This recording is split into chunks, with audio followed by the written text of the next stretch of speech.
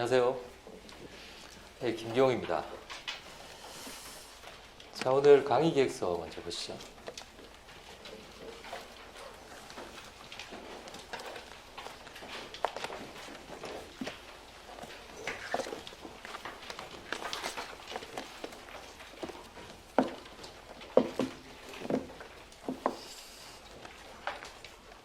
저희가 그 1페이지에 보시면 그 연기부터 이렇게 저희가 2기까지 어떻게 왔는지 이렇게 나와 있습니다. 그러니까 연기 때는 기본서로 이제 그 기본 이론 핵심 정리행정법 했고요. 행정쟁송법 했고, 두 번째는 이제 기출 문제 풀어봤고요. 세 번째는 이제 1기에서도 마찬가지처럼 그 매일매일 이제 시험을 보게 됩니다. 1기에도.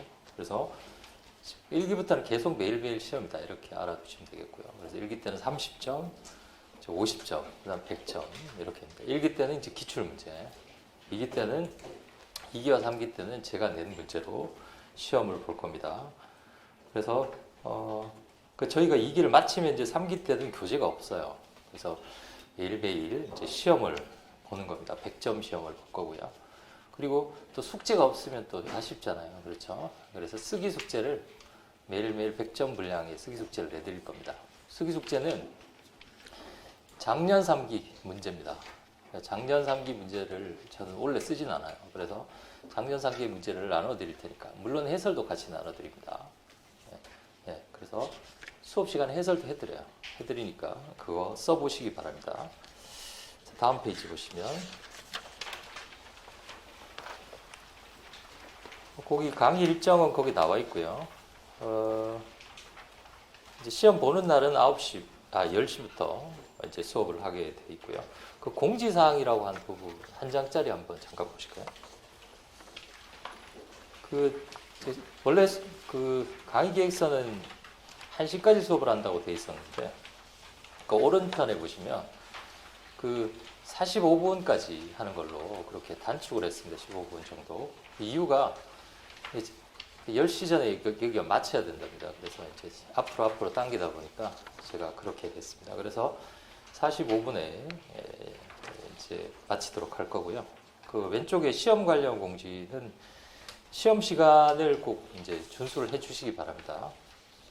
개인적으로 보는 분들. 왜냐하면은 지금 저희가 이제 표준 점수로 할 거기 때문에 정확한 자기 위치가 나옵니다. 본인의 위치가 나오기 때문에 가능하시면 시험 시간을 준수해서 뭐 덜 쓰시더라도 꼭 준수해서 내시기 바랍니다. 그래야 의미가 있어요. 본인의 위치를. 아시겠죠? 네. 그 다음에 책은 보실 수가 없고요. 제가 작년까지는 그렇게 했는데 책을 보고 쓰시는 분이 너무 많으셔서 이제 너무 본인의 실력이 드러나지 않는다. 시험은 원래 실제 모의고사는 시험처럼 그렇게 해야 되잖아요. 그렇죠? 그래서 책을 보실 수가 없습니다. 그러면 이제 다른 과목은 잘 모르겠습니다만 행정쟁송법 같은 경우에 이렇게 쪼개서 낼 수가 없어요. 그럼 가구제 내면 가구제만 낼 수가 없잖아요. 그렇죠? 문제를. 그래서 제가 생각한 것은 복습 시험입니다. 그러니까 오늘 진도를 그래서 첫날 시험이 없는 거예요. 진도를 나가고 그 다음에 이제 시험을 볼 텐데, 그 범위를 벗어나는 게 당연히 있겠죠. 벗어나는 것은 제가 미리 말씀을 드려요. 지금 말씀을 드릴게요. 그 강의 기획서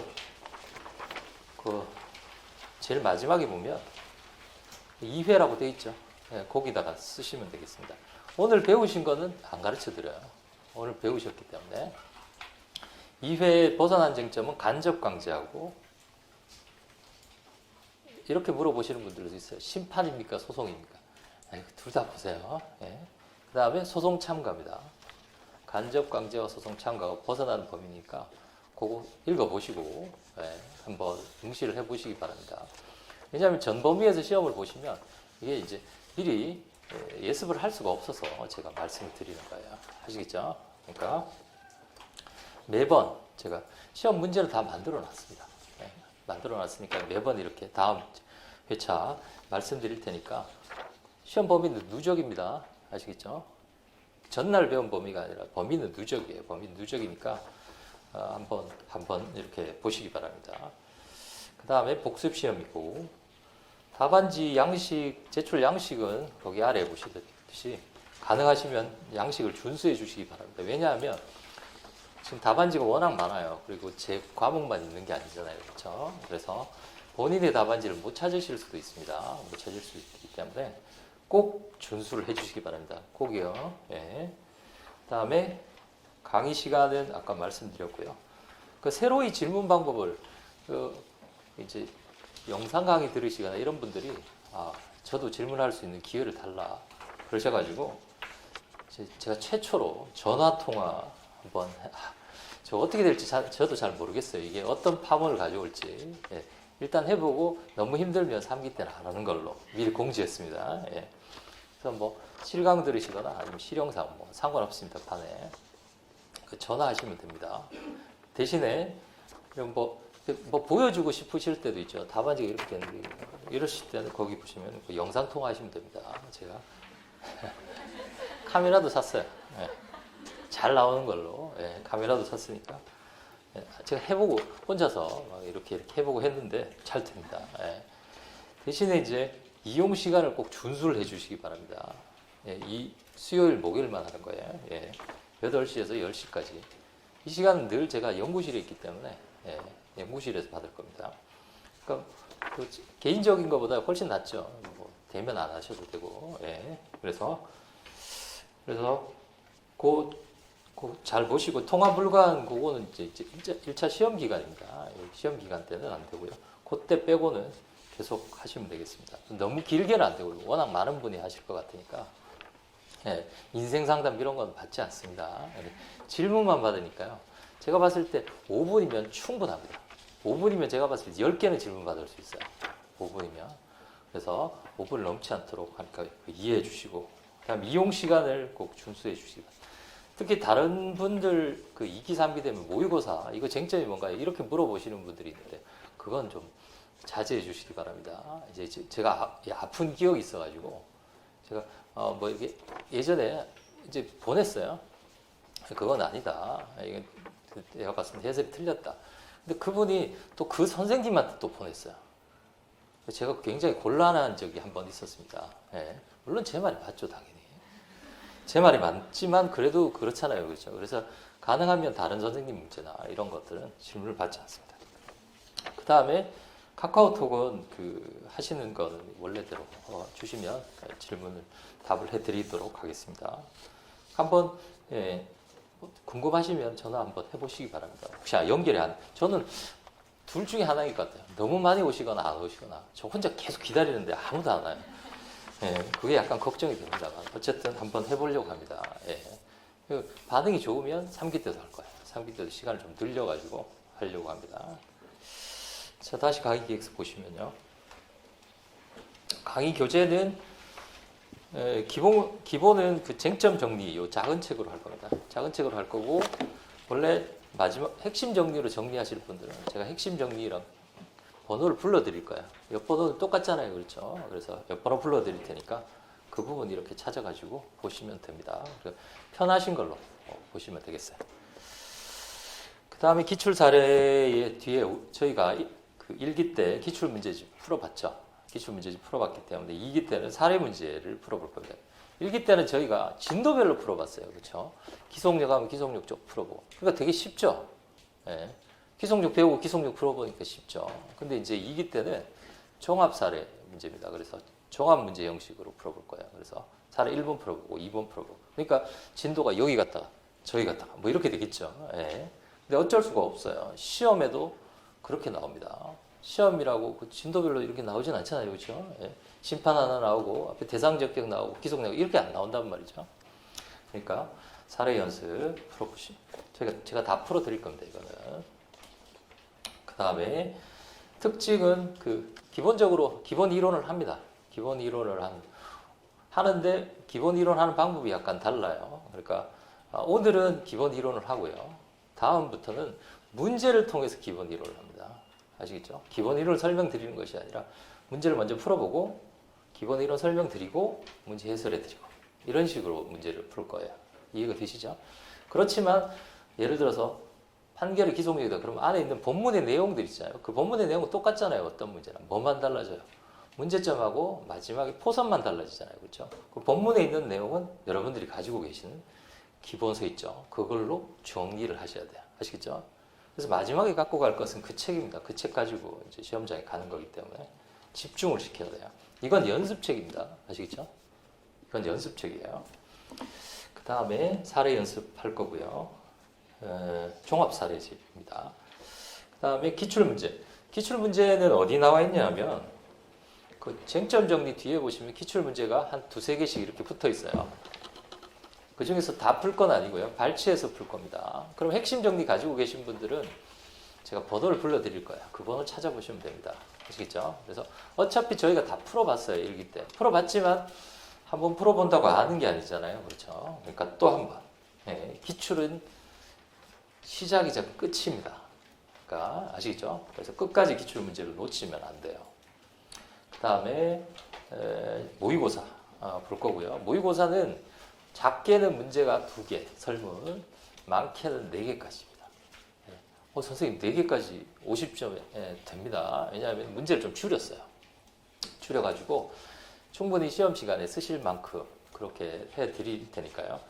못 쓰시더라도 다 못 쓰시더라도 쓰실 때까지 한번 쓰셔보시기 바랍니다.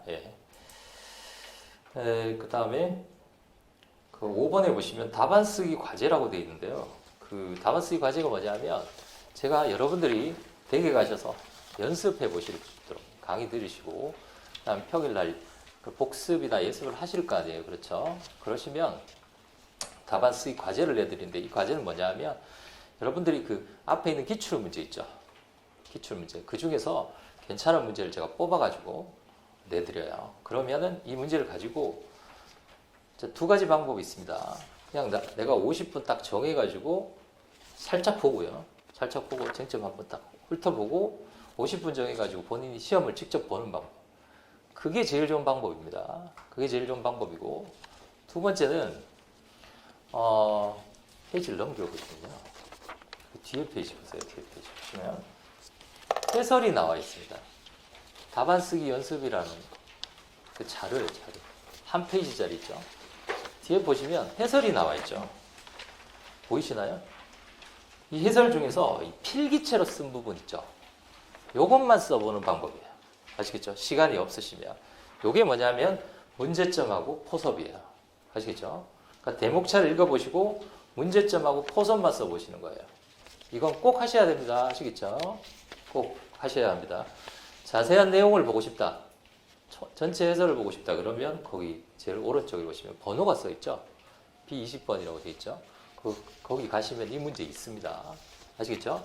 이 문제 있지만 그래도 제가 이렇게 내드리는 것은 한번 이렇게 문제를 실제 시험처럼 한번 보시라는 거예요. 아시겠죠?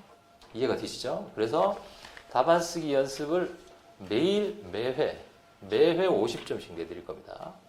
그러니까 저희가 문제를 어느 정도 풀 거냐면요. 50점 모의고사 보고 사례집에 사례 문제를 한 회 평균당 2개씩 풀 거예요. 아시겠죠? 그럼 50점 보고 2개 푸니까 100점, 150, 200점. 아시겠죠? 여기 50점, 이게 200점이에요. 매주 200점씩 문제를 풀어보는 겁니다. 아시겠죠? 그러니까 다 안 써보시더라도 어떤 경우에는 써보시고 어떤 경우는 안 써보시더라도 뭐는 써보셔야 된다. 문제점하고 대목차, 그 다음에 결론. 그것만 써보시면 돼요. 안에 있는 내용 있죠. 안에 있는 내용은 책 가지고 외우면 됩니다. 아시겠죠? 책 가지고 외우면 되기 때문에 뒤를 먼저 보시지 마시고 이렇게 문제를 먼저 보시고 이 쟁점이 뭐구나 하고 이거는 해설을 안 해드려요. 이건 이미 문제를 풀어보셨기 때문에 조금 어렵다 싶으면 제가 간단하게만 해설을 해드립니다. 아시겠죠? 꼭 하셔야 됩니다. 이거. 이것도 이번에 처음 시작한 거예요.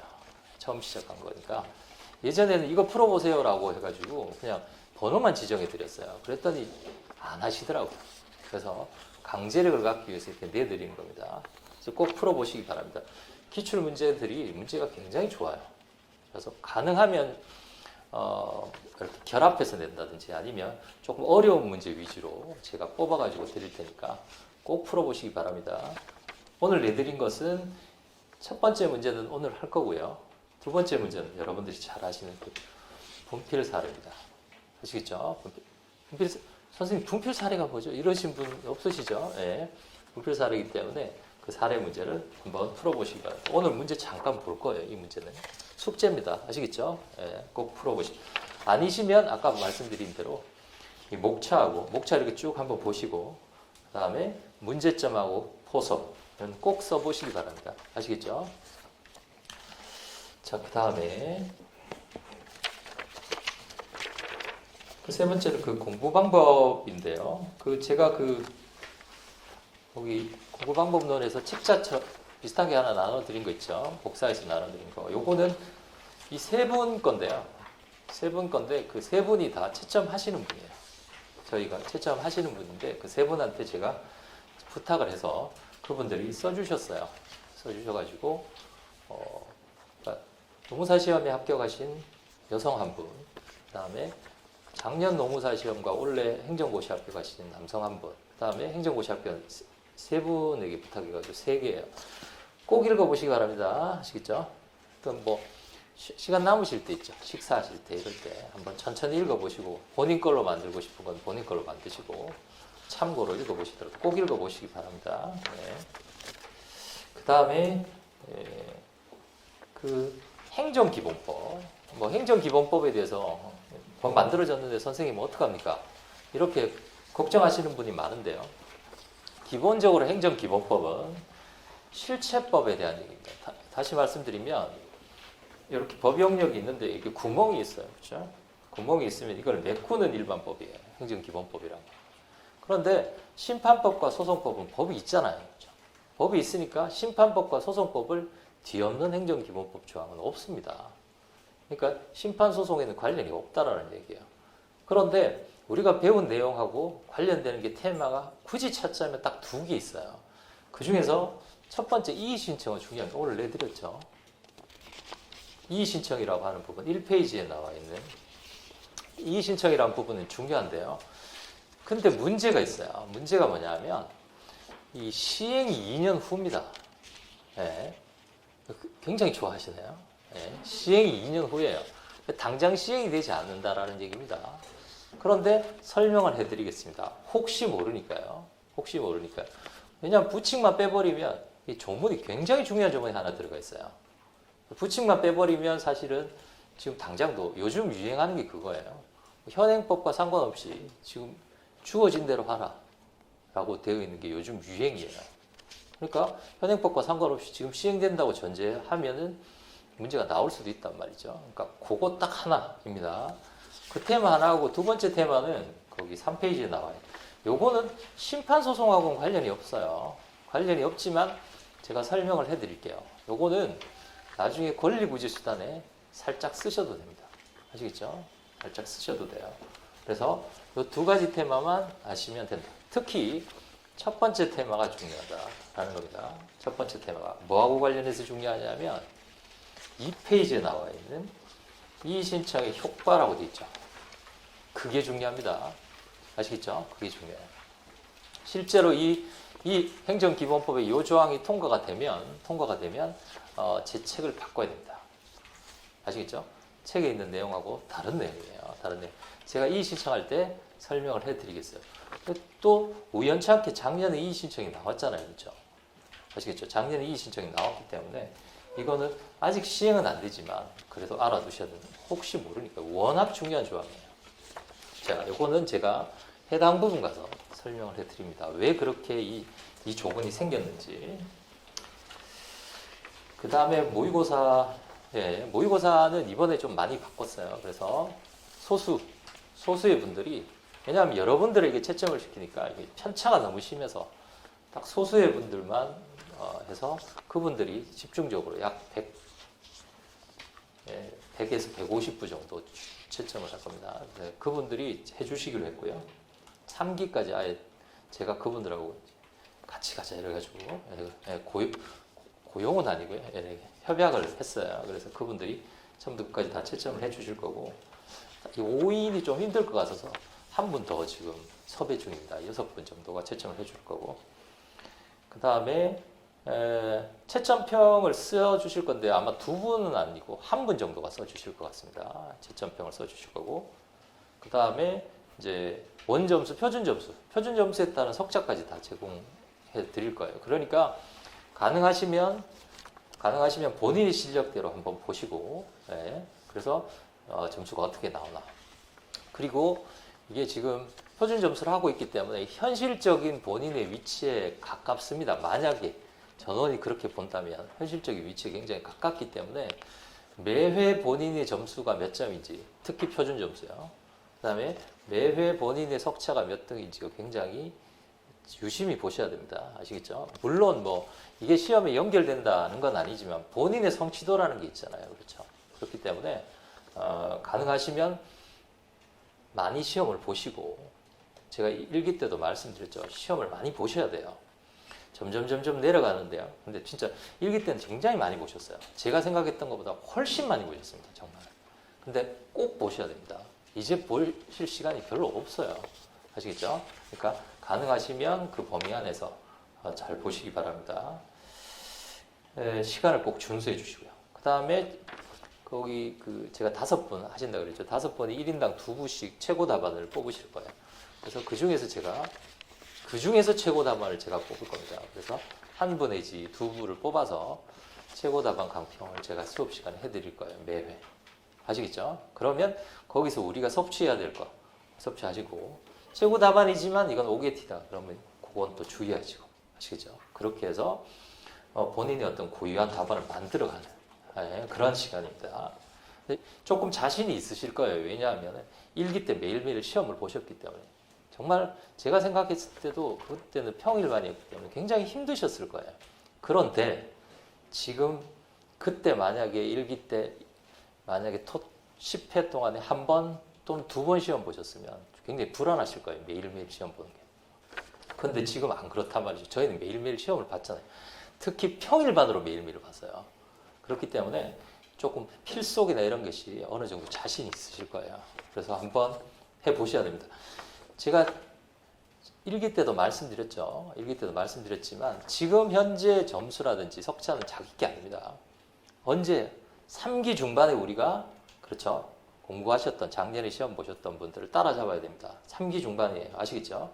지금은 조금 떨어질 수도 있어요. 떨어질 수도 있지만 계속 밀어붙이셔야 돼요. 아시겠죠? 계속 밀어붙이시면 어차피 쟁점이 뭐 희한한 쟁점이 나오는 건 아니잖아요. 어차피 딱 정해져 있어요. 그 안에서. 아시겠죠? 그 안에서. 그렇기 때문에 계속 시험을 보셔야 된다.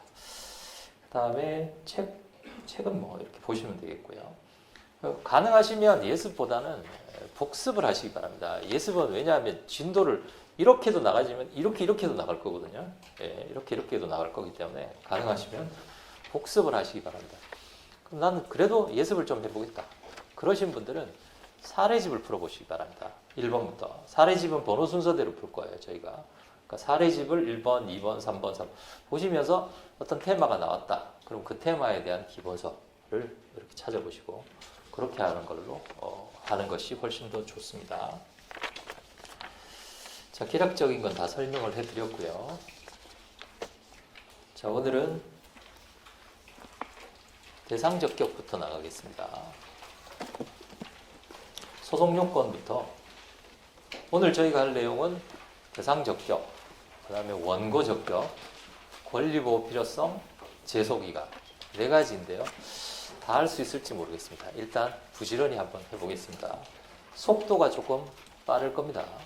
왜냐하면 이미 책 정리 다 하셨잖아요. 그렇죠? 어디서부터 하냐면 쟁점 정리 100페이지 30번입니다. 핵심 정리는 역번호 897번입니다.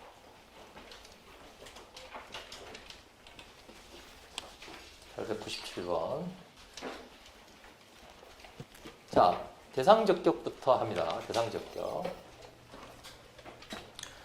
자, 행정소송법이 전체적으로 7가지로 구성이 되어 있다고 그랬어요. 그래서 첫 번째가 소송의 대상. 대상. 그 다음에 소송의 당사자. 당사자는 이제 원고. 두 번째 피고. 원래 소송의 당사자는 원고와 피고입니다. 근데 행정소송법에는 누구까지 포함시키고 있어요? 참가인까지 포함시키고 있죠. 원래 참가인은 소송의 당사자가 아니에요. 그러나 행정소송법이 보너스로 넣어준 겁니다. 아시겠죠? 보너스로 넣어준 거. 자, 오늘 저희가 할 내용은 소송의 대상, 그 다음에 원고 적격, 그 다음에 원고 적격 옆에 있는 권리보호 필요성입니다. 그 다음에 소송 요건과 관련해서 제소 기간을 할 거고요. 세 번째 기타 소송 요건, 재판 관할, 세 번째 전치, 세 번째 제소 기간, 이렇게 돼 있어요. 자, 재판 관할은 약술 문제로 준비하시면 되겠고요. 전치는 임의적이잖아. 임의적이니까 그렇게 중요하지 않아요. 자, 중요한 것은 오히려 제소 기간입니다. 제소 기간. 그래서 자, 첫 번째 소송의 대상. 소송의 대상이 나오면 몇 조를 써야 되죠? 2조 1항 1호 쓰면 안 돼요. 2조 1항 1호는 정의 규정입니다. 19조. 아시겠죠? 19조. 소송의 대상은 뭡니까? 소송의 대상이라는 것은 행정기관이 행위를 했단 말이죠. 행위를 하면 그 행위에 대한 무슨 판단이다? 객관적인 판단이에요. 객관적인 판단. 객관적인 판단이라는 건 뭡니까? 행정청이 행하는 구체적 사실에 관한 법 집행 행위로서 공권력 행사이고 법적 행위예요. 그러면 이분에게 1, 2, 3, 4, 5번이면 저분에게도 1, 2, 3, 4, 5번. 다 1, 2, 3, 4, 5번이에요. 어떤 사람에게는 1, 2, 3, 4, 5번이고 이 사람에게는 1, 2, 3, 4번이고 이런 건 아니란 말이에요. 이해가 되시죠? 네. 그럼 한 번 처분이면 영원히 처분입니다. 얘는. 그게 객관적 판단이에요. 객관적 판단. 두 번째, 얘는 뭐냐? 주관적 관련성입니다. 그래서 여기 있는 거예요. 값 다르고 올 달라요. 아시겠죠? 값 다르고 올 다른 건 주관적 관련성이다. 그래서 원고, 권리법 필요성. 이거 합쳐서 뭐라고 한다고 그랬죠? 주관적 관련성을 소의 이익이다. 다른 말로 하면 소익. 다른 말로 하면 법률상 이익. 아시겠죠? 법률상 이익이고 특히 이 법률상 이익 중에 권리법 필요성을 좁은 의미의 법률상 이익이다 라고 해서 협의의 소익이다. 들어보셨죠? 네, 그거는 뭐예요? 원고와 얘들은 이 주관적 관련성이야. 이 사람 다르고 이 사람 달라요. 아시겠죠? 이 사람 다르고. 그래서 우리가 거부처분 신청권 할 때 이게 아니라 뭐라? 신청권은 있는 사람이 있고 없는 사람이 있을 거 아니에요. 그렇죠? 그럼 이 문제로 봐야 돼요. 주관적 관련성으로 봐야 돼요. 그래서 원고 적격설이 나오는 겁니다. 아시겠죠? 이해가 되시나요? 네. 자, 그래서 대상 적격, 원고 적격, 권리보호 필요성. 그 다음에 피고 적격, 제소 기한. 이게 5대 소송 요건인데요. 5대 소송 요건입니다. 이렇게. 그런데 3대 소송 요건은 이렇게 세 가지죠. 이렇게 세 가지입니다. 근데 생각보다 피고 적격보다 제소 기간이 더 시험에 잘 나와요. 아시겠죠? 제소 기간 중요합니다. 제소 기간. 날짜 계산하는 거 이런 것들이 시험에 요즘 잘 나오고 있어요. 그렇게 알아두시고. 자, 이거부터 하겠습니다. 소송 19조 단서. 19조. 19조는 처분 등을 대상으로 한다라고 되어 있습니다. 처분 등. 처분 등은 처분하고 뭐예요? 등이죠. 등이 뭐예요? 재결입니다. 처분과 재결. 처분 안에는 두 가지가 있겠죠. 적극적인 처분 있고 소극적인 처분 있고 아시겠죠? 재결입니다. 적극적은 1유형, 3유형. 1유형 아시죠? 적극적인 행위, 복효적인 행위. 그 다음에 소극적 행위는 2유형, 4유형. 2유형, 4유형은 거부와 무작위입니다. 주로 뭐를 신청을 하는 경우를 말한다. 그래서 처분과 재결이 돼 있다. 자, 그럼 처분도 있고 원래 임의적 전치니까 원칙이 뭐만 있겠어요? 처분만 있겠죠. 그렇죠? 처분만 있겠죠. 그러면 둘 중에 하나 하면 돼요. 근데 임의적인 전치든 필요적인 전치든 전치를 하면 뭐도 나온다. 재결도 나오죠. 아시겠죠? 그러면 원처분과 재결이 있으면 무슨 주의다? 원처분주의. 주의하시기 바랍니다. 재결주의는 뭐만 소의 대상이에요? 오래간만에 하시는 게 잘 기억이 안 나시죠? 재결주의는 재결만이 소의 대상이에요. 원처분주의는 뭐만 소의 대상이에요? 원처분만 틀렸습니다. 원처분은 원칙이 원처분이라는 뜻이에요. 잊어버리시면 안 돼요. 원처분주의는 예외로 재결도 소의 대상이 될 수 있습니다. 뭐가 있으면? 고유한 위법이 있으면 된다는 거예요. 아시겠죠? 그러니까 원처분주의하고 재결주의하고 같은 것 같지만 달라요. 원처분주의는 재결도 소의 대상이 됩니다. 뭐가 있으면? 재결 자체에 고유한 위법이 있으면요. 네. 그래서 그거를 주의하시기 바랍니다. 그럼 저희가 하는 내용이 이렇게 되겠죠. 대상적격이니까 요거하고 체결. 이해가 되시죠? 순서대로 합니다. 30번에 보시면 적극적 공권력 행사입니다. 적극적 공권력 행사. 만약에 대상적격이 나왔어요. 대상적격이 나오면 첫 번째 목차가 문제점. 자, 문제점 쓰실 때 나중에 모의고사 문제 풀 때는 어떻게 푸는지는 나중에 또 설명을 해드리고요. 문제점 쓰실 때 꼭 들어가야 될 게 있다 그랬습니다.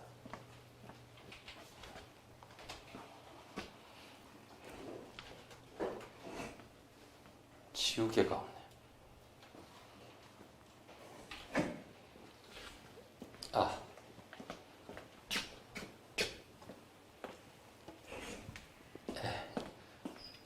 분필 인심은 좋은데 지우개 인심이 안 좋네요.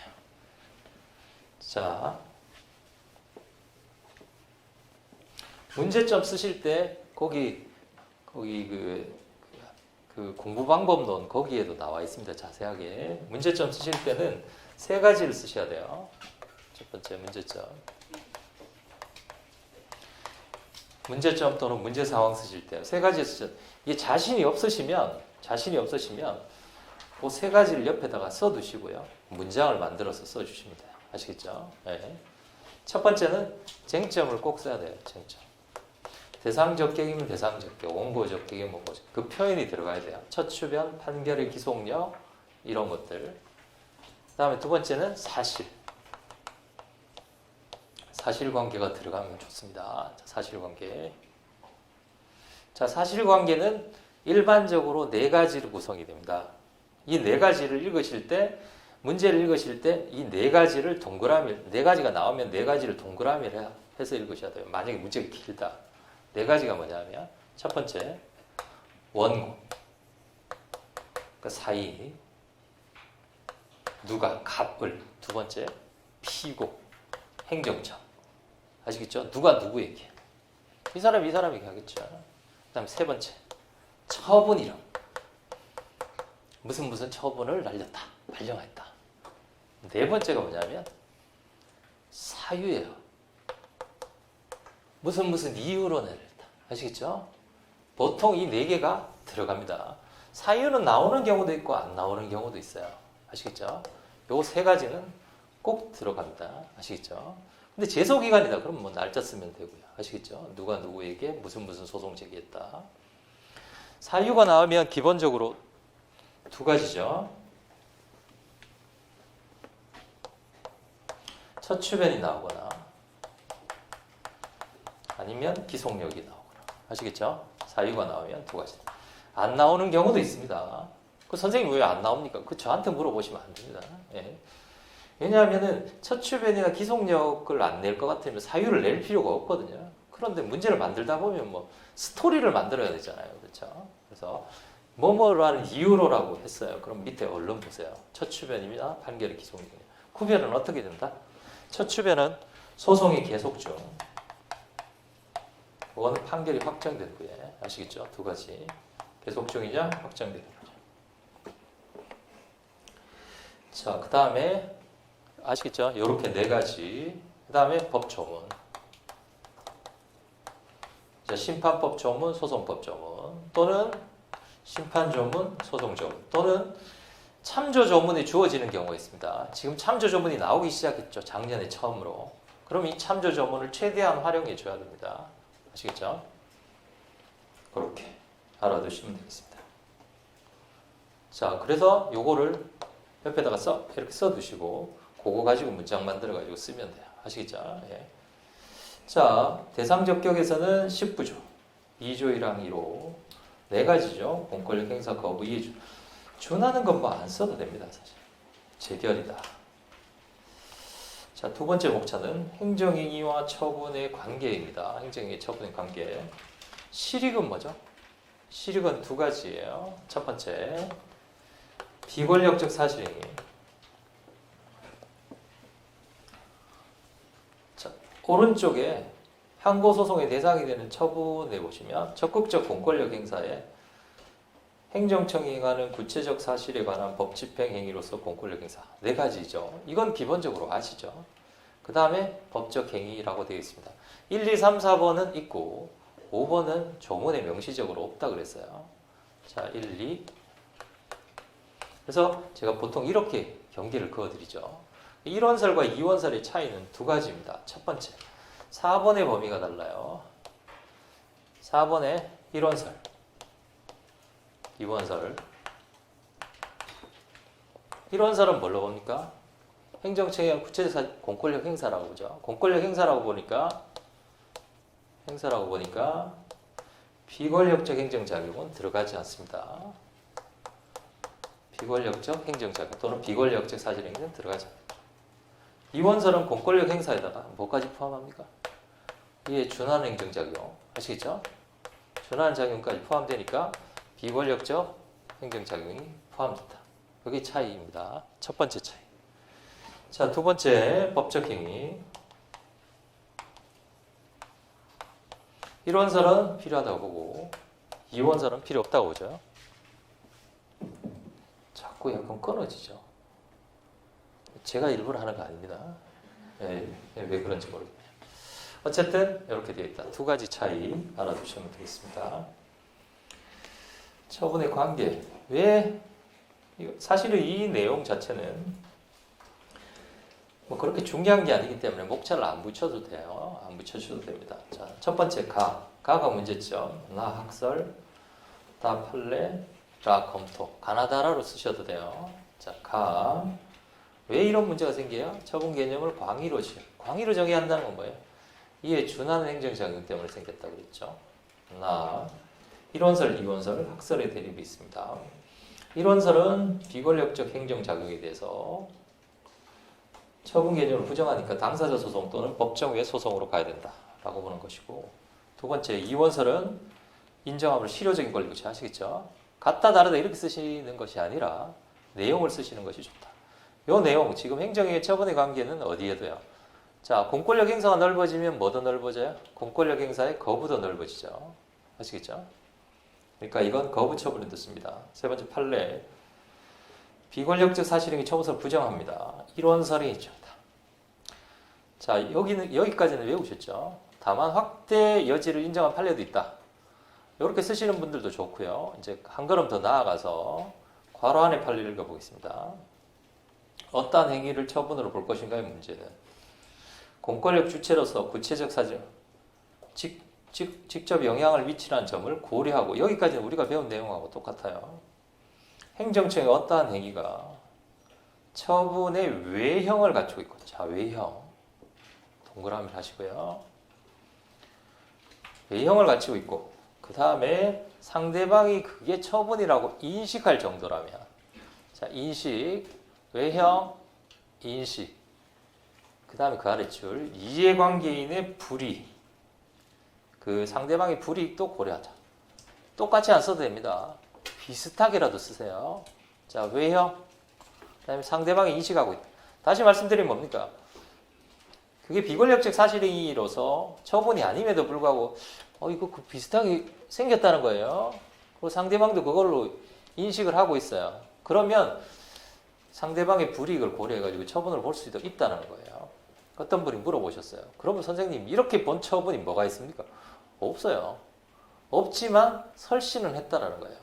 설시를 했다는 게 이게 포커스가 뭐냐면 1, 2, 3, 4, 5번만 가지고 판단하는 게 아니라는 얘기죠. 다른 수단, 그 외형을 갖추고 있는지 아니면 상대방이 불안해하는지 이런 것들도 다 고려를 하겠다라는 얘기입니다.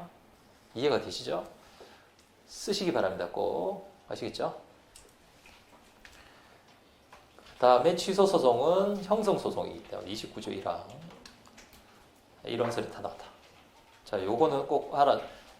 쟁점 정리든 핵심 정리든 딱 해서요. 그 나오면 그대로 쭉 쓰시면 되겠어요. 그 다음에 적극적 공권력 행사, 행정청. 행정청 안에 4개 있죠. 번호 매겨볼까요? 첫 번째, 전통적 의미 행정청. 그렇죠. 두 번째, 합의제 기관. 세 번째, 국회나 법원의 기관도 실질적으로 처분을 하는 한 행정청이 될 수 있습니다. 네 번째, 2조 2항. 제일 중요한 게 뭐예요? 2조 2항입니다. 그럼 그 행정청이 행하는, 그 행정청이 나중에 소송에 가면 뭐가 돼요? 피고입니다. 피고. 아시겠죠? 피고 적격 중에 제일 중요한 게 제가 뭐라 그랬어요? 2조 2항이죠. 2조 2항. 외우셨죠? 두 번째. 구체적 사실에 관한. 구체는 뭡니까? 시간적으로 이례적이고 그 다음에 공간적으로 한정되어 있어야 됩니다. 구체적 사실에 관한. 시간적으로도 이례적이고 공간적으로도 한정되어 있다라는 얘기는 자 보세요. 개발제한구역으로 지정할 수 있다. 한정되어 있지 않죠? 이해가 되시나요? 신림구동을 개발제한구역으로 지정한다. 한정되어 있죠? 차이가 뭐예요? 신림구동. 신림구동이 뭡니까? 고유명사예요. 고유명사 아시겠죠? 고유명사가 나오면 한정되어 있는 겁니다. 장소든 아니면 뭐 특정한 사건이든 아시겠죠? 따라서 고유명사가 나오면 그게 처분이구나 이렇게 알아두시면 돼요. 이해가 되시죠? 네, 처분이다. 고유명사예요. 고유명사. 헷갈리신다. 그럼 고유명사가 나왔나 안 나왔나 그거 못 보세요. 안 나왔다 그럼 처분이 아니에요. 구체가 아니니까 뭐다? 구체 아니면 뭐예요? 추상이죠. 추상. 아시겠죠? 수범자는 특정되어 있지 않아도 됩니다. 수범자가 누가 올지. 수범자가 특정되어 있는 게 원칙이지만 특정되어 있지 않는 것은 뭐라고 불러요? 일반 처분이라고 부릅니다. 나중에 설명드려요. 그 다음에 법집행행위, 공권력 행사, 우월한 지위와선 일방적 행위다. 그러나 이원설은 뭘로 봐요? 이 안에 공권력 행사에다가 뭐까지? 이에 준하는 것까지 포함시켜서 비권력적 행정작용을 집어넣겠다라고 보는 견해입니다. 두 번째, 법적 행위. 명시적으로 표현되어 있지는 않지만 취소소송을 위법한 법률관계 소급적 제거. 위법한 법률관계 소급적 제거가 뭐예요? 형성소송으로 보기 때문에 그렇다. 의. 자, 외부적 행위고 권리의무에 직접 영향을 미쳐야 되는데 외부적 행위는 예외가 있죠. 누구예요? 공무원. 공무원법 관계는 공무원은 안에 있는 사람이잖아요. 그렇죠? 공무원법 관계의 경우에는 권리의무에 영향만 주면 됩니다. 핵심이 뭐예요? 직접. 몸에 와닿아야 돼요. 아시겠죠? 직접 영향을 줘야 된다.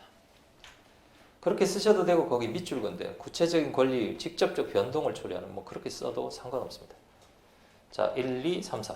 그럼 나중에 포섭할 때 어떻게 쓰시면 됩니까? 행정청 뭔지, 무슨 사실에 대한 건지. 아시겠죠? 자, 구체적 사실 쓰는 방법 설명해 드릴게요. 자, 보세요. 면허 취소합니다. 면허 취소예요. 자, 행정청이 면허 취소라는 일유형을 합니다. 면허 취소. 왜 해요? 예를 들어서 면허 취소를 당했으면 그 면허 취소를 당하는 원인 행위가 있을 거 아니에요. 그렇죠? 원인 행위가 그렇죠. 이유 없이 면허 취소하지는 않을 거 아닙니까? 그렇죠? 그 앞에 뭐가 있어요, 꼭. 네, 과속을 했다. 신호 위반을 했다. 그러니까 할 거 아니에요? 이게 뭐예요? 사실이에요, 사실. 이해가 되시죠? 1유형은 반드시 그 앞에 뭐가 있다? 사실이 있다. 이해가 되시죠? 뭐 정지했다, 뭐 취소했다. 그럼 그 앞에 무슨 사실이 있을 거 아니에요, 그렇죠? 철거 명령 내렸다. 왜 철거 명령 내렸어요? 건축물 지었으니까 철거 명령 내릴 거 아니에요, 그렇죠? 그럼 요게 사실이에요, 여기 사실. 찾으셨죠? 두 번째. 건축 허가 신청했는데 허가를 거부합니다. 허가 거부. 이 거부는 무슨 사실을 쓰면 되냐 하면요. 거부 처분은 반드시 뭐가 있어요? 신청이 있죠. 신청하였다는 사실을 써요. 신청. 이 사람이 집 짓기 위해서 건축 허가를 신청하였던 사실에 관한. 아시겠죠? 네. 공무원 임용 신청하였다는 사실에 관한 거부 처분. 아시겠죠? 네. 이해가 되시죠? 왜냐하면 그 순간적으로 그게 그 사실이 잘 생각이 안 나요. 예, 그래서 행정청이 뭐다? 사실이 뭐다? 법 이름 나오겠죠? 법이 뭐다? 법 이름이 안 나오면 법 집행행위가 아니다. 이렇게 쓰지 마시고요. 법 이름이 안 나와도 법은 반드시 있어요. 그렇죠? 그 다음에 우월한지 일방적이다. 그 다음에 권리 의무에 영향을 준다. 그러면 권리 의무에 영향을 준다라고 했을 때도 그냥 쓰시는 것보다 어떠한 권리, 어떠한 의무 이런 걸 구체적으로 써주시는 것이 좋겠죠. 예를 들어 운전면허 취소되면 뭘 못해요? 운전을 못하죠. 아시겠죠? 운전을 하지 말라는 부작위 의무가 생긴다. 과세 처분을 했다? 세금을 낼 의무가 급부 의무가 생긴다. 구체적으로 써주시는 것이 좋아요. 아시겠죠? 이해가 되시죠? 지금은 대장장이들이 칼 만들 때 두드리는 게 아니라요. 이럴 때, 갈 때 이해가 잘 안 되시나요? 이렇게가 아니라 날카롭게 만들 때라고요. 아시겠죠? 그러니까 답안을 정확하게 정교하게 쓰는 게 훨씬 더 점수에 유리하단 말이죠. 의무를, 무슨 법을, 무슨 사실 이렇게 구체적으로 써주시는 것이 좋습니다. 아시겠죠? 자, 페이지를 넘겨 보겠습니다. 102페이지 30의 1번이고요. 예전 책 가지고 계신 분들은 30의 3번이었어요. 핵심 정리는 966의 Q8입니다. 저희가 풀어봤던 문제인데요. 간단히 보겠습니다.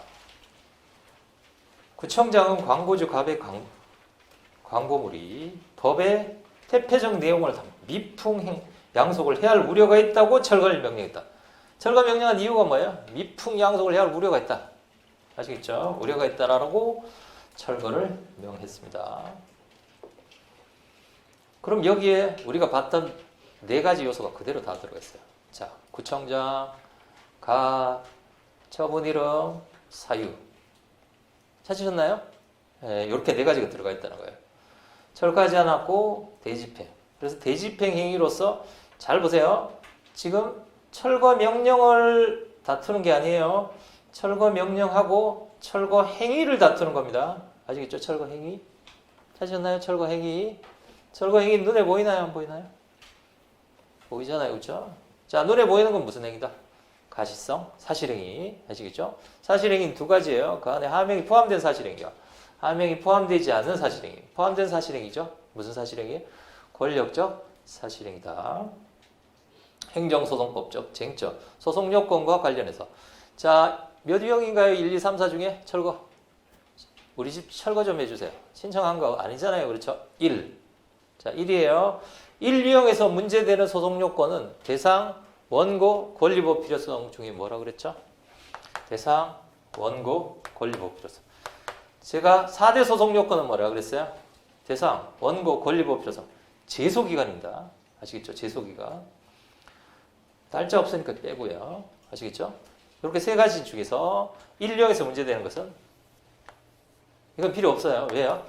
직접 상대방이로. 기억나시죠? 직접 상대. 침입적 저번에 상대방은 항상 권리가 있어요. 그래서 대상적 격, 권리법 필요성. 이해가 되시죠? 근데 대상적 격에서는 이제 뭐예요? 이제 권력적 사실행위 쓰면 되겠고, 거기 설문 마지막에 보시면 막 시작된 부수자마자 달려간 거죠? 하나 부수니까 달려갔어요. 왜 하나 부수니까 달려갔어요? 다 부서지면 뭐가 없으니? 권리법 필요성이 없으니. 아시겠죠? 원칙적으로 없다는 거예요. 원칙적으로. 있을 수도 있나요? 있을 수 있어요. 왜요? 자, 다 부수고 끝났어요. 그러면 철거 행위가 처분이라고 할지라도 처분의 효력이 어떻게 된 것이다? 없으니까.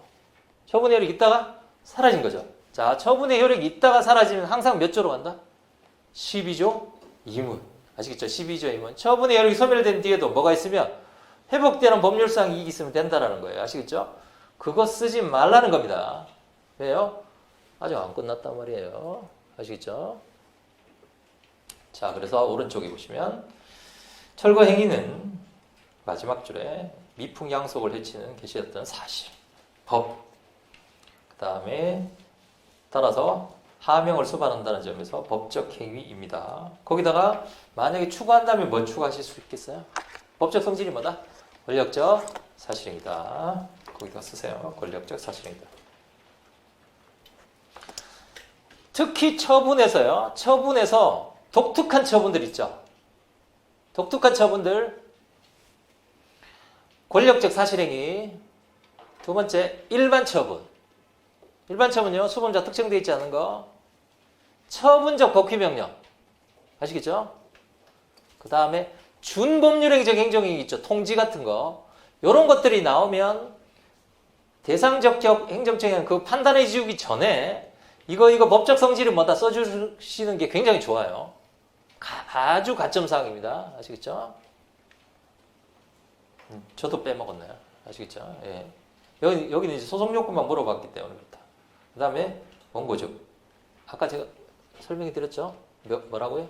준법률행정 행정의 통지, 일반 처분, 처분적 복귀명령, 권력적 사실행위 이런 것들이요. 아시겠죠? 여러분들이 보시면 다 가시잖아요. 이거 독특한 거네? 예, 그쵸? 그 감이 딱 볼 때. 대부분 독특한 게 시험에 나와요. 과세처분, 영업정지 이런 거 시험에 안 나옵니다. 그거 다 처분이거든요. 그렇죠? 예. 자, 공고적격, 그 다음 권리보호 필요성, 실인함. 자, 철거행위가 완료된 경우에는 권리보호 필요성이 없다. 따라서 보여야 되는 다음 단계로 넘어가지 못한 집행정지 신청을 해야 된다. 아시겠죠? 이 문제는 아직 안 나왔습니다. 권력적 사실행위에 대한 소송 요건 아주 중요합니다.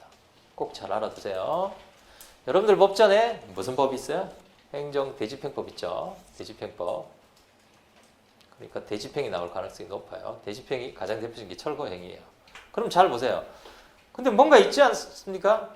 이 사람이 부수니까 취소소송 제기하러 갔잖아요. 그렇죠? 그럼 부수기 전에는요? 부수기 전에 이 사람은 권리구제 수단이 뭔가요? 쳐다보는 수밖에 없죠. 부서질 때까지. 부서지기 전이니까 처분이 나오기 전이잖아요. 그렇죠? 이거 어디서 이러고 있는데 가만히 있어야 돼. 빨리 부숴라. 부수면 간다. 예. 무슨 소송이 필요하다?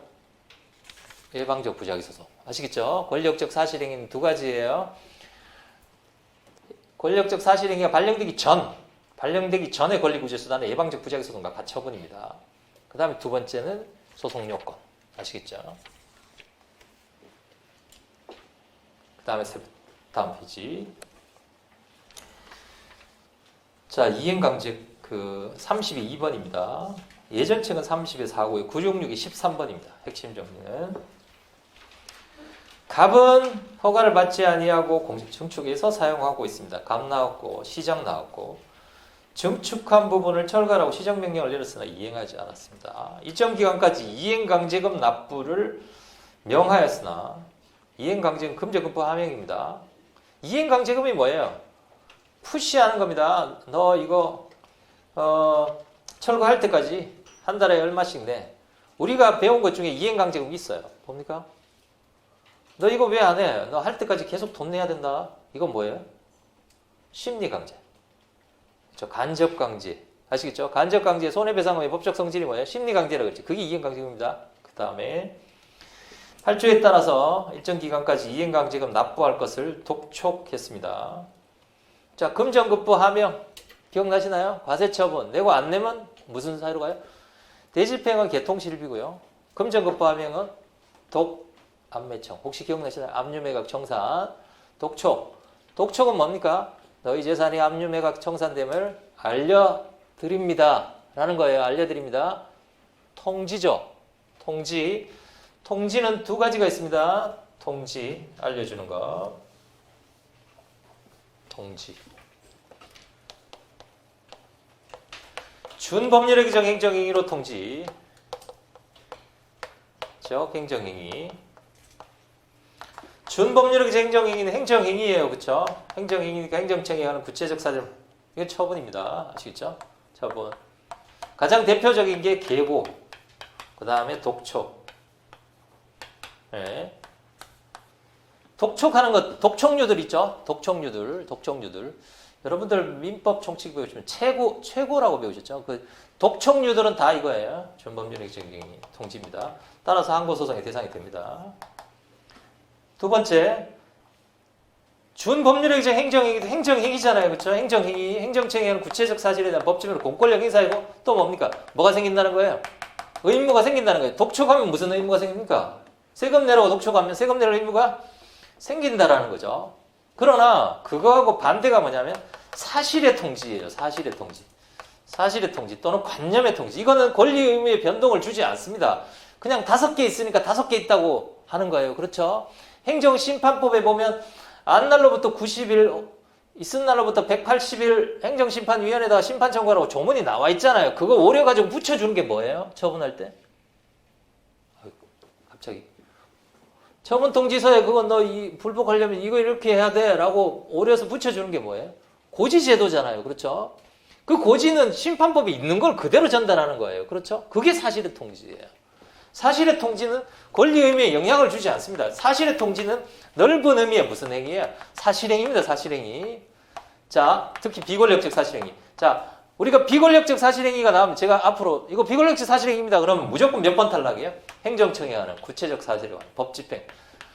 공권력 행사 아니고 법적 행위 아니고. 이거 외우세요. 4번 아니고 5번 아니에요. 비권력적 사실행위, 비권력적 행정작용이 나오는 순간 4번, 5번 탈락. 아시겠죠? 4번 탈락, 5번 탈락. 독촉 1, 2, 3. 소개를 보시면 완납하지 않는 경우 강제 집행됨을 알려주는 건데 준법률행위적 행정행위인 통지이다라는 거예요. 왜 준법률행위적 행정행위 통지예요? 법적 행위예요. 알려주는 거지만 상대방은 뭘로 느껴요? 아, 내야 되는데 이렇게 느끼죠. 자, 독촉은 행정청이 무슨 사실을 이행하지 않았다는 사실. 법 이름 쓰면 되고요. 귀찮아도 법 이름 써야 됩니다. 우월한 지에서 일방적 행위. 또는 독촉은 준법률 통지로 하명의 요소를 가지고 있어서 아시겠죠? 법적 행위면 의무를 주면 무슨 의무를 주는지 아시겠죠? 무슨 의무입니까? 여기는 새 걸 빨리 내라는 의무잖아요. 그렇죠? 법적 행위다. 자, 페이지를 넘겨볼까요? 3번 966이 17번입니다.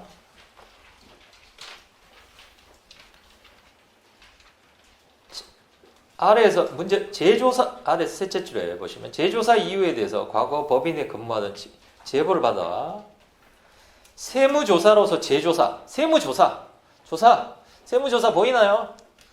TV에 나오잖아요. 그렇죠? 이렇게 파란 국세청 이거 들고 이렇게 그게 세무조사예요. 그렇죠? 눈에 보이시죠? 무슨 행위예요? 가시성. 아시겠죠? 가시성인데 세무조사할 때 중간에 방해하면 안 됩니다. 아시겠죠? 방해하면 처벌받아요. 처벌받기 때문에 방해하지 말라는 의무가 포함되어 있다. 권력적 사실행위. 아시겠죠? 권력적 사실행위. 대상적격 인정이 되는가? 자, 설문해 보시면 재조사 행위는 세무서장이 하는 그런 탈례 혐의가 있었다는 사실에 관한 법 집행 공권력 행사다. 또한 조세범 처벌 세무조사 방해하면 과태료 부과받도록 되어 있어요. 과태료 부과받도록 되어 있으니까 응해야 되겠죠. 처분이다. 대법원 자 이거 권력적 사실행위 나오면 이 판례 꼭 쓰세요. 자 외워봅니다. 아예 외워버리세요. 권력적 사실행위 판례. 대법원은 단수예요. 단수. 물 끊는 거. 전기, 전화, 도시가스 안 됩니다. 수만 돼요. 제가 말씀드렸죠. 다른 건 줘도 물은 안 준다 그랬어요. 단수. 지방자치단체세요. 두 번째 헌법재판소 서신검열행위. 서신검열행위. 자 권력적 사실행위 나오면 쓰세요. 대법원은 단수조치. 헌법재판소는 서실검열행위. 이런 게 점수를 갈라요. 1점씩 1점씩 이렇게. 자 보시면 생각보다 권력적 사실행위 많이 나왔죠. 그러니까 나오는 행위들이 뭐예요? 뻔한 것이 아니라 그 독특한 개들이 나오잖아요. 그렇죠? 뭐 독촉 뭐 이런 것들. 다음 페이지 보시면 4번입니다. 996이 18번이에요. 핵심 정리는 가구 제조업을 운영하는 갑은 아래줄 관할 행정 을에게 임목벌 처가 신청했습니다. 이에 대해서 신도들은 사전에 고쳐 분위기를 저해할 우려해서 허주 민원을 제기했습니다. 그러나 허가해 주었고 을 시장은 신도들의 민원이 계속되자 반대쪽 사면을 벌차도록 서면으로 권고했습니다. 권고에 상당히 압박감을 느낀. 자, 압박감은 뭐 전이에요? 권리 의무에 영향을 미치기 전이 압박감입니다. 아시겠죠? 심리적 압박감이에요. 심리적 압박감만으로는 권리 의무에 영향을 준다고 보기 어렵습니다. 그러면 선생님 권리 의무에 영향을 주는 거하고 심리적 압박감하고 차이가 뭡니까? 자, 독촉을 하면 압박감을 느끼겠죠. 역시. 근데 독촉을 했음에도 불구하고 이행하지 않는다면 재산이 어떻게 된다? 압류되죠. 권고는 그냥 권고예요. 따라서 따르지 아니하였다라는 이유로 불이익한 처분을 하면 행정절차법에 위법하다라고 명시적인 규정이 있습니다. 아시겠죠? 그래서 강제력을 부여하면 안 돼요. 권고. 소송을 제기했다. 이소는 적법한가? 처분이 아니죠. 권고는 법적 성질이 뭔가요? 행정지도인데 행정지도는 법적 성질이 뭔가요? 비권력적 사실행위예요. 비권력적 사실행위. 따라서 몇 번 탈락이다? 4번. 우월한 지에서 일방적 행위가 아니고 왜 우월한 지에서 일방적 행위가 아니야? 안 들어도 된다는 얘기입니다. 그 다음에 5번째. 법적 행위 아닙니다. 권리 의무에 직접 영향을 주지 않아요. 기출문제를 보시면 대부분 처분성이 어디 원절에서 나온다? 사실행위 원절에서 나온단 말이에요. 아시겠죠? 자, 그래서 처분이다. 처분이라고 보기 어렵다. 느낌상 왠지 이 문제는 어느 학설이 내신 것 같아요. 이런 것도 처분으로 봐줘야 된다는 학설이 무슨 학설입니까? 이원설입니다. 아시겠죠? 그게 이원설이에요. 처분설. 그러면 권리구제가 확대된다라고 보는 거죠. 이해가 되시죠? 그러면 다 쓰고도 시간이 남아요. 아우, 시간이 남아. 이렇게 생각하지 마시고, 아, 이거 이원설이 그거 했던 그거 같다. 그래. 보충 논의 해가지고, 이원설에 따른다면, 비권력적 사실 법적행위 필요 없다고 본다면 처분으로. 그렇게 쓰면 그게 가점사항이 되는 거예요. 그게 논점 일탈이 아니고. 이해가 되시죠? 그러니까 다양하게 공부를 해야 된다는 거예요. 다양하게. 자, 그 다음에 두 번째, 거부처분입니다. 항고소송의 대상이 되는 공권력 행사, 거부처분. 912A입니다. 핵심 정리. 문제점 똑같아요. 19조 2조 1항 1호. 행정행위와 처분의 관계도 마찬가지입니다. 왜 그래요? 공권력 행사의 사이즈를 늘리면 무슨 사이즈도 넓어진다? 공권력 행사의 거부 사이즈도 넓어져요. 왜 그렇게 돼 있어요? 2조 1항 1호가 뭐라고 돼 있어요? 공권력 행사의 거부라고 돼 있어요. 그렇죠? 그 다음에 그러니까 행정행위와 처분의 관계, 이거는 어떻게 해야 된다? 정리를 해서 외우셔야 돼요. 딱 나오면 그냥 쭉 써야 돼요. 쭉. 아시겠죠? 쭉.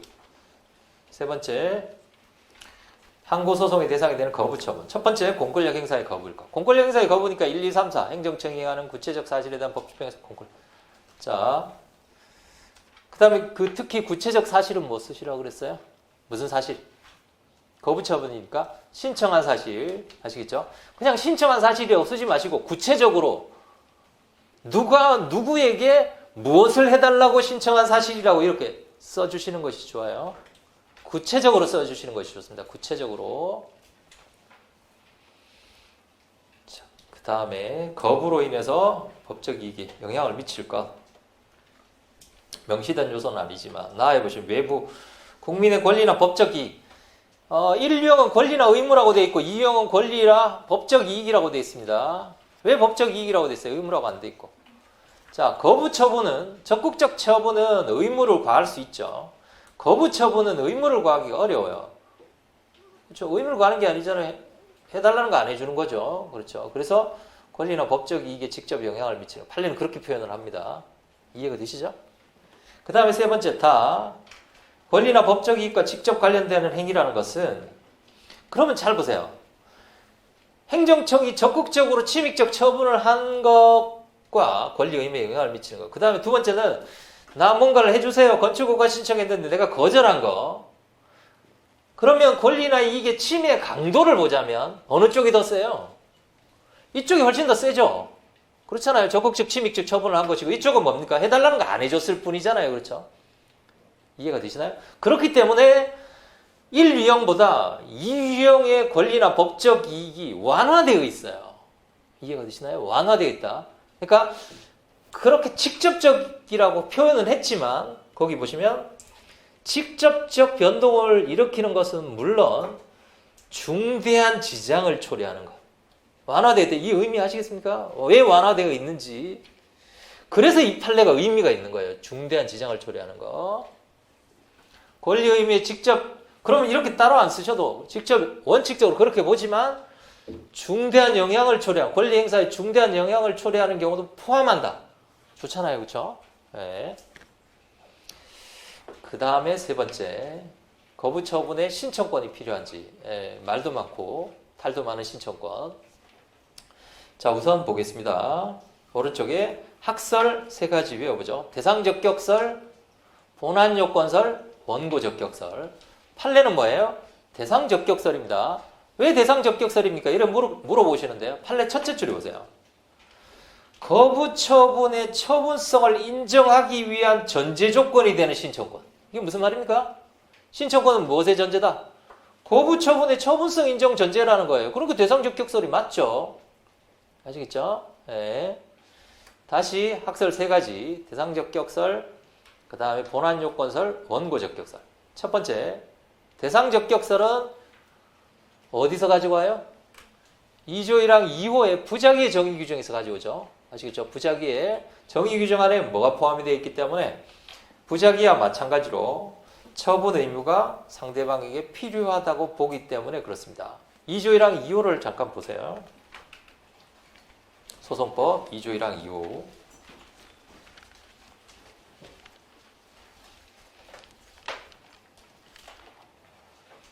행정청이 당사자의 신청에 대하여 상당한 기간 내, 네 번째, 일정한 처분을 하여야 할 법률상 의무가 있음에도 불구하고 주어가 누구예요?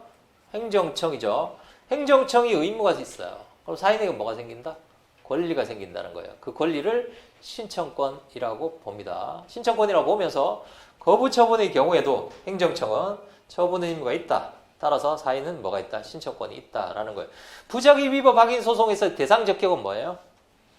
부작위죠. 부작위. 아시겠죠? 그러니까 부작위 정의 규정에 들어가 있으니까 대상 적격으로 봅니다. 두 번째, 본안 요건설은 취소 소송의 본안 판단의 대상이 뭐예요? 취소 소송의 본안 판단. 다른 말로 하면 취소 소송물, 처분의 위법성이죠. 다수설은 처분의 위법성을 소송물로 봅니다. 그러나 일부 견해는 처분의 위법성과 권리 침해 두 가지를 소송물로 봐요. 아시겠죠? 두 가지를 소송물로 봅니다. 따라서 즉 소송물을 이렇게 이원적으로 보아야지만 그 안에 뭐가 포함될 수 있다는 거예요. 권리 침해가 포함될 수 있고 그 권리 안에 뭘로 본다? 신청권이 포함된다는 거예요. 그러나 이 견해는 타당하지 않아요. 왜요? 소송물, 즉 본안 요건의 권리 침해는 우리 행정소송 체계하고 안 맞아요. 우리 행정소송법 권리를 어디서 판단합니까? 권리. 원고적격에서 판단하잖아요. 12조 2문. 원고적격에서 판단하기 때문에 이 학설은 타당하지 않다. 어쨌든 이 소송 본안 요건서는 전체가 뭐예요? 소송물을 이원적으로 보는 견해다. 세 번째, 2조 1항 1호와 12조를 고려할 때 여러분들 그 쟁점 정리가 원래 여러분들이 책에 있는 핵심 정리보다 요약돼 있죠. 예, 이런 부분 줄였어요. 너무 양이 많아서. 뭐 상관없습니다. 이렇게 쓰시던 핵심 정리 있는 대로 핵심 정리도 제가 정리를 해드렸기 때문에 그렇게 쓰시면 돼요. 자, 세 가지. 대상적격으로 보는 대상적격설, 본안 요건을 본안 요건 이렇게 쓰시면 안 됩니다. 아시겠죠? 근거를 꼭 외우세요. 세 가지. 그 다음에 판례로 갑니다. 잠수기업 불허가 처분 취소 사건에서 잠수기업 불허가 처분 취소 사건입니다. 그 다음이 뭐예요? 판례는 누가 똑같이 외우나요? 처분성의 전제가 되는 신청권의 전부는 셋째 출에 관계법규의 해석에 의하여 가르줄 추상적으로 결정되는 것이다. 왜 관계법규의 해석에 의해서 추상적으로 결정돼요? 이 신청권은 뭐기 때문에? 신청권은 제가 어떻게 판단한다 그랬어요? 신청의 인용 가능성입니다. 인용 가능성. 인용이 아니고요. 인용될 가능성이 있으면 신청권이 있다라는 거예요. 인용될 가능성이 있으면. 저기 보세요. 여기를 수용을 했어요. 땅을. 토지를 수용해가지고 그 안에 있는 사람에게 10% 정도 주택을 주기로 했습니다. 여기 있는 사람 중에. 그럼 신청을 했는데 10%는 주면 나머지 90%는 떨어지는 거죠. 그래서 어떤 사람은 주택을 받고 어떤 사람은 못 받았어요. 그럼 그 사람이 거부 처분에 대해 소송을 제기합니다. 그 사람은 자기가 주택 공급을 받을 가능성이 있었어요? 없었어요? 있었죠. 그래서 그 사람이 신청권이 있단 말이에요. 이해가 되시죠? 그런데 그 지역에 바깥에 있는 사람, 바깥에 있는 사람은 원래 수용도 되지 않은 사람인데 나도 주택 좀 주시오. 거부했단 말이죠. 그 사람은 신청될 가능성이 0%죠. 그 사람은 없어요. 신청권이. 이해가 되죠? 안에 있는 사람은 신청권이 있어요. 바깥에 있는, 그러면 전혀 바깥에 있는 사람이 저기 제가 신림동에서 강의하는 저도 집 좀 주세요. 너 뭐야? 꺼져. 거부 처분했어요. 그럼 신청권이 없겠죠, 당연히. 이해가 되시나요? 그렇죠? 신청이 인용될 가능성이 전혀 없으니까. 그러면 답이 나왔어요. 그럼 제가 신림동에 있는 사람이 그 토지 수용에 신청하는 그런 문제가 시험에 나오겠어요? 안 나오죠? 이해가 되시나요? 전혀 이해관계 없는 사람이 신청하는 예가 나오는 것은 그건 문제 자체가 불성립이에요. 그렇죠? 그러면 그 안에 있는 사람이, 그렇죠? 신청이 인용될 가능성이 있는 사람이 신청에서 거절되는 경우가 시험에 나올 거란 말이에요. 이해가 되시죠? 그러면 여러분들은 어떻게 판단하셔야 된다? 신청권 문제가 나오면 거의 99% 뭘로 가야 된다? 인정되는 걸로 가야 된다는 거예요. 아시겠죠? 전혀 이해관계 없는 사람이 신청권이 있겠는가라고 물어보기가 현실적으로는 굉장히 어렵다는 얘기죠. 이해가 되시죠? 일단은 신청권 문제가 나오면 된다라고 생각하시고 문제를 풀려야 돼. 된다. 왜냐하면 신청이 인용될 가능성이 전혀 없는 경우는 시험에 나오기가 굉장히 현실적으로 어려워요. 그렇죠? 현실적으로 어렵단 말이죠. 이해가 되시죠? 기출 문제도 전혀 신청권이 없는 문제가 나온 예가 없어요. 아시겠죠? 없습니다. 그렇기 때문에 뭡니까? 그 사람이 인용될지 인용되지 않을지 모르는 경우에 해당되는 거잖아요. 그렇죠? 그걸 우리 판례는 뭐라고 표현한다? 추상적으로 결정된다라는 거예요. 그럼 실제로 인용되는 건 뭐예요? 그래, 너다. 그거는 신청이 인용될 가능성이 신청이 인용된 거잖아요. 그렇죠? 그건 뭐겠어요? 반대로? 구체적으로 결정하겠죠? 그건 어디서 판단합니까? 너한테 권리가 있는지 없는지. 그거는 본안에서 판단한다는 거예요. 아시겠죠? 그래서 신청이 인용될 가능성이라는 것을 우리 대법원이 뭐라고 표현합니까? 이건 국어적으로 보시면 안 됩니다. 이건 암기를 하시는 수밖에 없어요. 뭐라고 표현한다고요? 단순한 응답을 받을 권리. 이렇게 표현한다는 거예요. 단순한 신청에 따른 단순한 응답을 받을 권리. 본안에서 판단하는 건 뭐냐? 보죠. 신청의 인용이라는 만족적 결과를 얻을 권리. 이게 제일 중요해요. 이 표현에서. 아시겠죠? 그럼 만족적 결과를 얻을 권리는 어디서 판단한다? 쭉 아래줄. 구체적으로 인용될 수 있는 건 본안에서 판단한다. 아시겠죠? 자, 두 가지를 배우세요. 첫 번째는 뭐냐면 신청에 따른 단순한 응답을 받을 권리. 두 번째는 신청의 인용이라는 만족적 결과를 얻을 권리. 요거는 대상적격에서 판단하고 추상적으로 결정하고. 우리가 공부하는 건 요거. 밑에 있는 건 뭐예요? 요거는 구체적으로 결정하고 어디서 판단한다? 본안에서 판단한다. 아시겠죠? 본안에서 판단한다. 네. 자, 신청권의 근거는 법규상 조리상 신청권이죠. 법규상 조리상 신청권. 법규상은 관계법규의 해석에 의해서. 두 번째, 조리상 신청권은 셋째 수준에 다른 권리 구제 수단이 없거나 수임 불가능한 불이익을 입는 경우. 특히 수임 불가능한 불이익을 입는 경우 그거 알아두시면 되겠어요. 요거는 판례가 아닙니다. 거기 하명호 교수님 책에 나온 내용이에요. 네. 그래서 법규상 또 시험에 나오면요. 법규상 조리상 신청권 OX에 대해서는 신경 쓰지 마세요. 결론은 상관없습니다. 마음속으로 나는 오다 그러면 오라고 쓰고 그냥 지금부터 결심하세요. 나는 나오면 오다. 원고 적격 나는 오야. 기본적 사실관계 동의성 나는 무조건 부정. 왜냐하면 기본적 사실관계 동의성 굉장히 좁아요. 그래서 나는 부정할 거야. 이렇게 쓰시면 돼요. 결론은 상관없습니다. 아시겠죠? 그거 생각하는 시간에 판례 한 줄 더 쓰는 게 훨씬 더 낫습니다. 결론은 상관없어요. 자, 판례 잘 외워두시고요. 그 다음에 검토. 판례와 대상 적격설에 따른다면 동일한 행위가 권리를 가진 자에게는 대상 적격이 있고 권리를 가지지 못한 자에게. 그렇게 돼버리면 아까 제가 첫 시간에 처음에 설명해 드렸던 대상 적격은 그 행정 작용에 대한 객관적 판단이고 주관적 관련성은 원고 적격이나 권리 보호 필요성에서 판단한다 그랬죠. 그게 무너져 버리는 거예요. 결국은. 따라서 원고 적격설이 타당합니다. 나는 원고 적격설로 보겠다라고 해도 거부 처분의 처분성 문제가 나오면 판례에 따라서 신청권 여부를 판단해 주어야 합니다. 아시겠죠? 지금 포섭이 뭐예요? 1, 2, 3, 4 법적 행위 신청권 여부까지 포섭을 다 해주셔야 돼요. 이건 모순이 아닙니다. 원고 적격으로 보는 거지만 판례가 신청권을 보니까 나는 덤으로 더 해주겠다. 꼭 포섭하셔야 돼요. 페이지를 넘기시면 966의 1번입니다. 각 노동조합 조직회에서 노동조합 설립신고를 했는데 뭐뭐라는 사유로 설립신고서를 발령하였습니다. 996의 1번이요. 966의 1번 죄송합니다. 노동조합 설립신고서를 발령했습니다. 제기하고자 하는 바 의뢰 설립신고서 발령은 소송의 대상이 됩니다. 문제를 다시 읽어보세요. 노동조합을 조직해서 설립신고를 했습니다. 시장은 갑을 설립신고 수리 거부 사유 설립신고서에 구직중인자의 가입을 허용하고 있다라는 사유예요. 그렇죠? 그러면 원래 이 문제가 제대로 되려면 이 문제는 뭐가 나와야 됩니까? 처추변이 나와야 됩니다. 기속력이나. 그런데 설립신고서 발령은 대상 적격이 인정이 되는가? 그러면 앞에 무슨 이유로 뭐뭐를 했다. 라는 것은 이 질문과는 관계가 없어요. 아시겠죠? 관계가 없어요.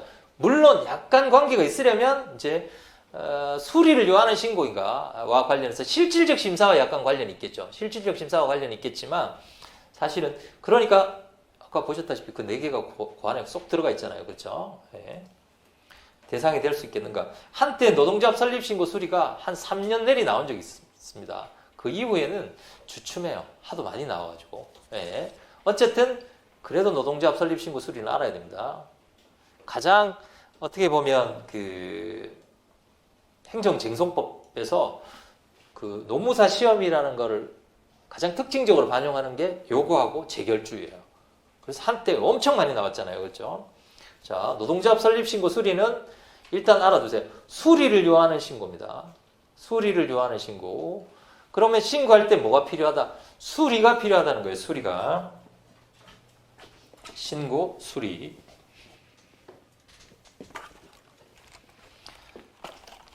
수리는 뭡니까? 법적 성질이? 신고, 수리. 신고에서 수리. 당신의 말이 맞다고 받아들이는 것을 말합니다. 행정청 행위예요. 자, 준법률행위적 행정행위 종류 뭐가 있습니까? 공통수업, 공증, 통지, 수리, 확인. 그 중에 뭐예요? 수리. 아시겠죠? 공통수업 중에 수리예요. 준법률행위적 행정행위로서의 수리입니다. 준법률행위적 행정. 준법률행위적 행정행위니까 뭐예요? 행정행위예요. 1, 2, 3, 4, 5번. 그럼 수리가 처분이에요. 그럼 수리의 거부도 처분이 되겠죠. 아시겠죠? 네. 자, 오른쪽에 보시면 설문에 가엔 넷째 줄에 실질적 심사를 규정하고 있기 때문에 이거 외워두시기 바랍니다. 무슨 심사요? 실질적 심사. 실제로 구직 중인 자인지 아닌지 실제로 이건 뭐 저보다 여러분들이 더 잘 아시겠죠. 노동조합 설립 신고할 때 거기 요건에 보면 그런 것들이 다 무슨 요건이라는 거예요? 그럼 형식적 심사는 뭐냐? 형식적 심사는 당사자가 제출한 서류만 심사하는 거예요.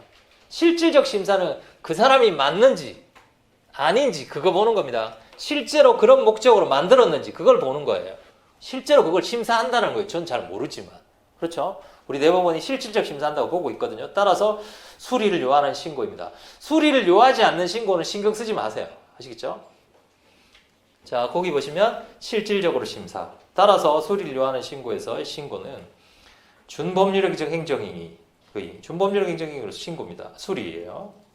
신고는 행정청이 아닙니다. 신고는 누가 하는 거예요? 신고는 사인이 하는 겁니다. 아시겠죠?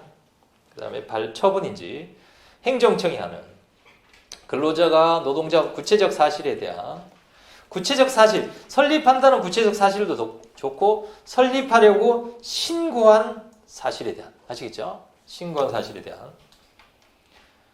그 다음에 공권력 행사의 거부입니다. 설립신고서 반려되면 어떻게 됩니까? 노동조합을 못 만들게 되겠죠. 그래서 근로자의 어떤 권리나 법적인 영향을 미칩니다. 그 다음에 신청권을 필요로 하는 판례. 아까 조문 있잖아요. 그렇죠? 그럼 선생님 신청권 있는지 법규상 어떻게 판단합니까? 신고나 신청에 대한 예를 들어서 이유형 있잖아요. 그렇죠? 이유형의 신고나 신청에 관한 허가, 인가에 관한 조문이 있으면 무조건 신청권이 있습니다. 아시겠죠? 허가를 신청하라고 해놓고 거절했을 때 신청권이 없으면 이 사람 어떻게 다퉈요? 다툴 방법이 없잖아요. 그렇죠? 따라서 신고에 관한 규정이 있으면 당연히 법규상 신청권이 인정이 됩니다. 따라서 처분입니다. 아시겠죠? 노동조합 설립, 신고, 수리, 준법률행위적. 잘 보세요. 계속 그 부분이 나오잖아요. 제가 한계에 있다는 것들 있죠. 특수한 것들, 준법률행위적 행정행위, 권력적 사실행위 이런 것들이 나온단 말이죠. 아시겠죠? 시험에는. 그러니까 명백히 처분이거나 명백히 처분이 아닌 것은 시험에 안 나옵니다. 그 한계에 있는 것들이 나오죠. 아시겠죠? 네. 잠깐 쉬었다가 15분 한 번 쉬겠습니다.